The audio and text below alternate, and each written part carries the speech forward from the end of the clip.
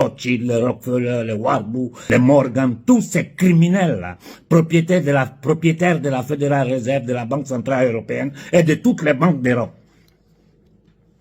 Ce sont ceux-là qui sont en train de tuer en Palestine. En Palestine, ils tuent juifs, musulmans et chrétiens.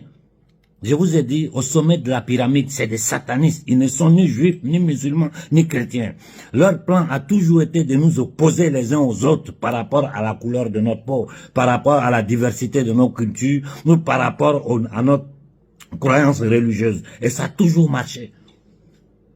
Je ne vais pas me mettre là à répéter toujours les mêmes choses. Mais souvent, on dit la répétition est pédagogique. Voilà pourquoi je vous redis, à chaque fois que j'ouvre la bouche, je rappelle aux gens que l'Amérique est un État qui a été fondé sur un génocide et la déportation de millions de nos frères. Les Noirs d'Amérique aujourd'hui sont les descendants de nos ancêtres qu'ils ont déportés, enchaînés dans des bateaux.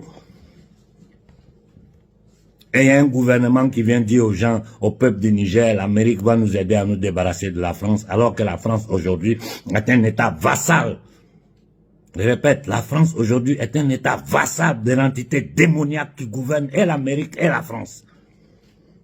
Je l'ai dit dans ma dernière intervention, si Netanyahou ne sera pas transféré à la Cour pénale internationale, Israël ne sera pas condamné aux yeux de toute l'humanité, toutes ces institutions n'auront plus aucune légitimité. Il faut que les peuples se mettent sur pied. Je répète à nos frères arabes, il faut intensifier les manifestations. Nous sommes à vos côtés, surtout ici en Occident, vu le soutien que vous avez des peuples italiens, français, allemands, anglais, partout. Il faut manifester.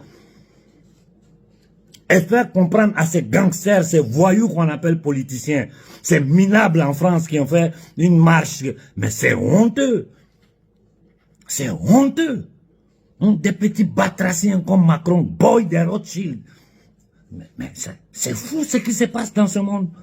Je me demande comment 8 milliards d'êtres humains peuvent accepter qu'un petit groupe de familles satanistes, avec sa religion démoniaque, gouverne le monde, verse le sang partout et l'humanité ne se lève pas. Écoutons le frère Pascal. On va écouter le frère Fernand de la diaspora congolaise. C'est que